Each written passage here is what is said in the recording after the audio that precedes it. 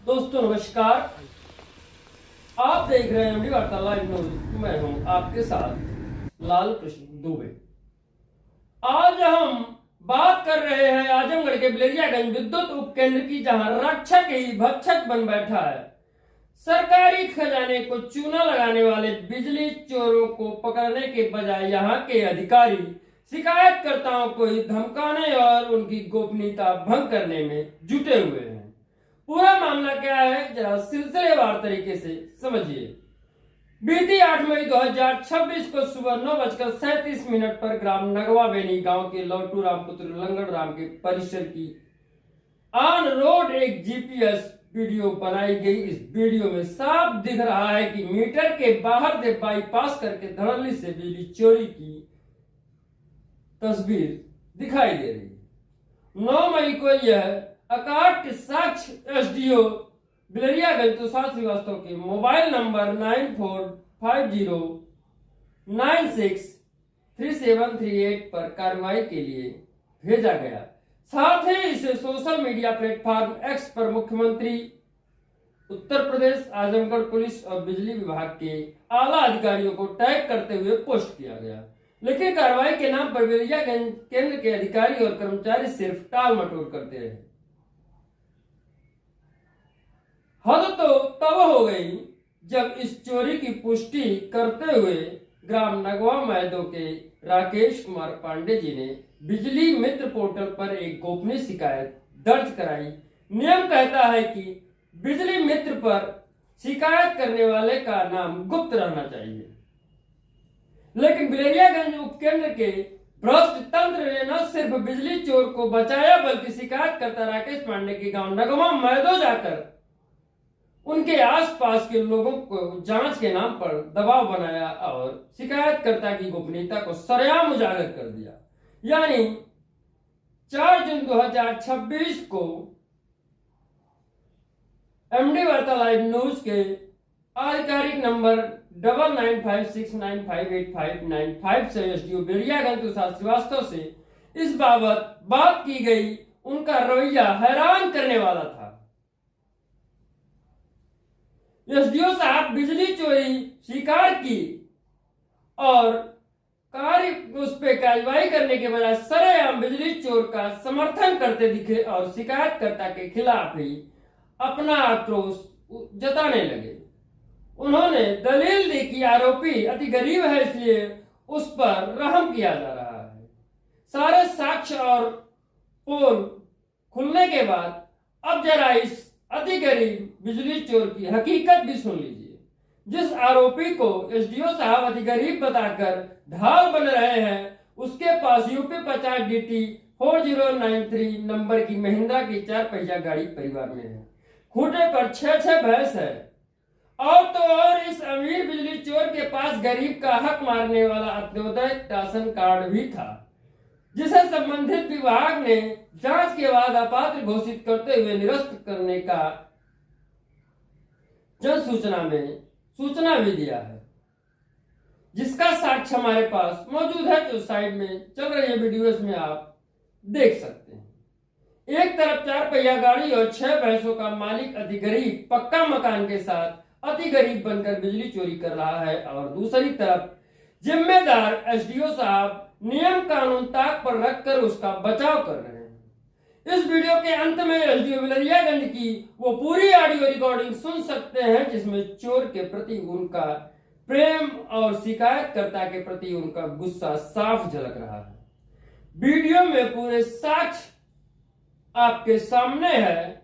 अब फैसला जनता को करना है कि ऐसे अधिकारियों के रहते उत्तर प्रदेश में बिजली चोरी कैसे रुकेगी। मैं लाल कृष्ण दुबे, एमडी वार्ता लाइव न्यूज के साथ आजमगढ़ से। अगर आप चाहते हैं कि बिजली की चोरी रुके और मीटर से लोग चलाएं और विभाग को पूरे बिजली का पैसा मिले और लोगों को जो पैसा दे रहे हैं उन्हें पूरी बिजली मिले, तो ये अवैध बिजली चोरी को रोकना पड़ेगा। और आप चाहते हैं कि व्यवस्था सुदृढ़ रहे, तो आप इस वीडियो को ज्यादा से ज्यादा लाइक, शेयर और सब्सक्राइब जरूर करें। नमस्कार।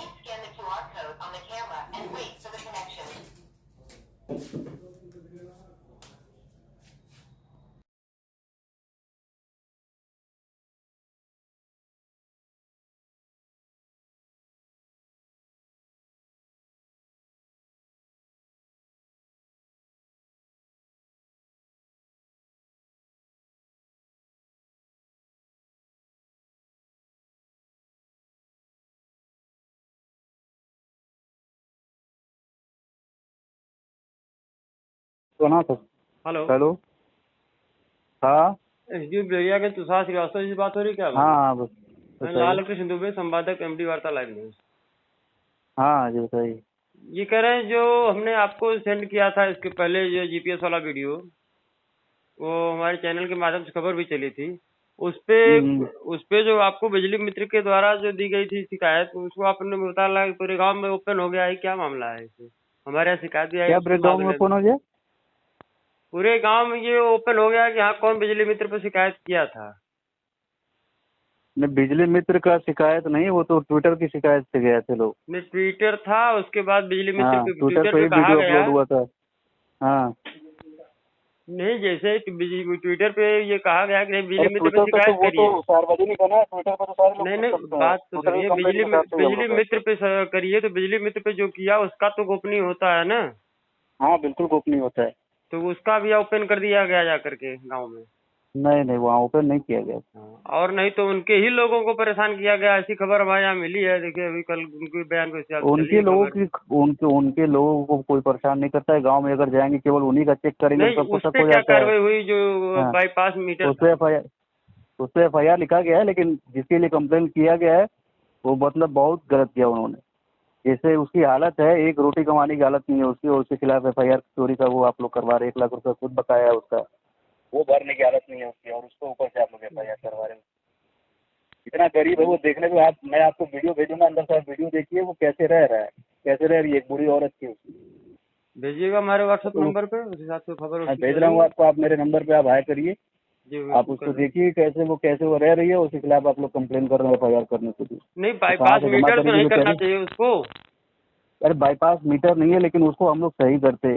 एक तो जैसे बकाये पे उसकी लाइन कटी थी स्मार्ट मीटर से, वो बाईपास करके चला रही थी, वो जमा करने के एकदम हालत में नहीं थी, इसलिए वो बाईपास करके चला रही थी। एफ आई आर वैसे हम लोग लिख दिए हैं, लेकिन वो एक वही है, पाप ही है समझिए उसके, हम लोग के लिए। ऐसा नहीं करना चाहिए, लेकिन जो भी कंप्लेन किया है मतलब बहुत गलत किया है। नहीं, ये तो बात आप आपकी मेरे सही नंबर पे आप भेजिए, आप, मैं आपको ठीक, वीडियो भेज रहा हूँ, आप देखिए उसको। बिल्कुल भेज रहे हैं। सर सबसे पहले अपना परिचय दे दीजिए आप। जी, मेरा नाम राकेश कुमार पांडे है और गोपनीयता भंग होने का पीड़ित हूँ मैं। जैसा कि आपके ग्राम सभा के बगल में गांव है नगवा बेनी, वहां का जीपीएस वीडियो हमने बनाया था और बना करके उसको एक्स पर भी पोस्ट किया था और एसडीओ बिलरियागंज को भी भेजा था आवश्यक कार्रवाई के लिए।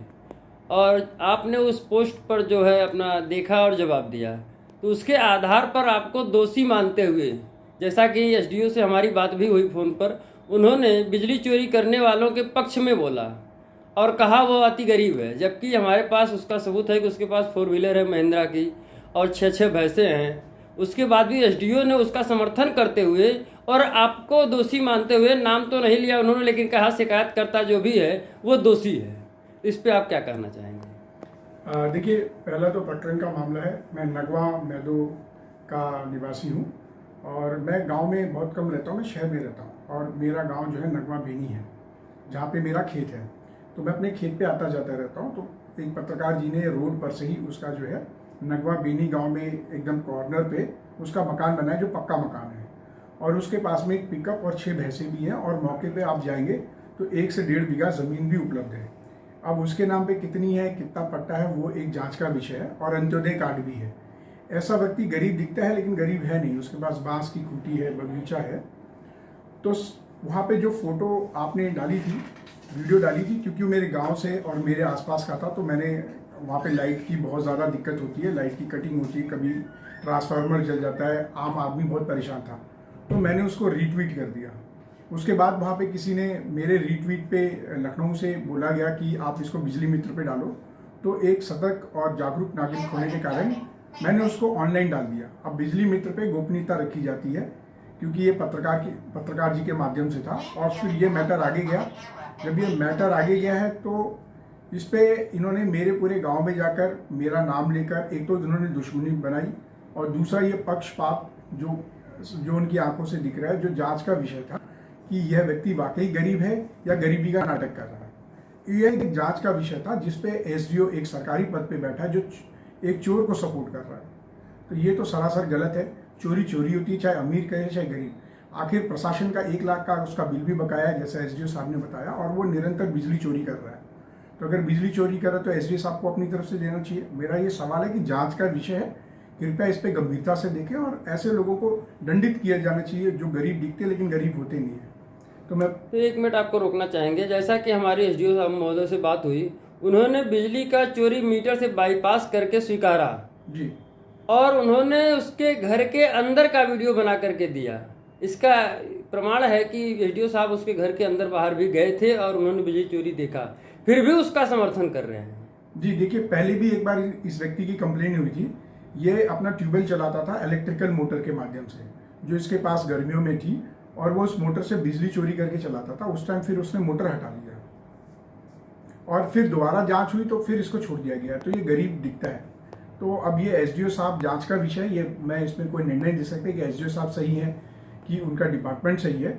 ये तो जिला प्रशासन और विद्युत विभाग को देखना चाहिए कि पहली तो उन्होंने गोपनीयता भंग की, और बिजली मत की जो बिजली मित्र है एक सतत नागरिक के खिलाफ किया। अगर मेरे जैसे व्यक्ति को तंग कर रहे हैं तो आम आदमी क्यों नहीं डरेगा इनको गोपनीयता, अगर ये इस तरीके से बताएंगे। ये सवाल बहुत गंभीर है और इस पर जो प्रशासनिक कार्रवाई है, जो नियम कानून बताए गए हैं और गोपनीयता के बारे में बोला गया है, इसके ऊपर विशेष रूप से कार्य होना चाहिए और सीरियस इस पर नोट लेना चाहिए।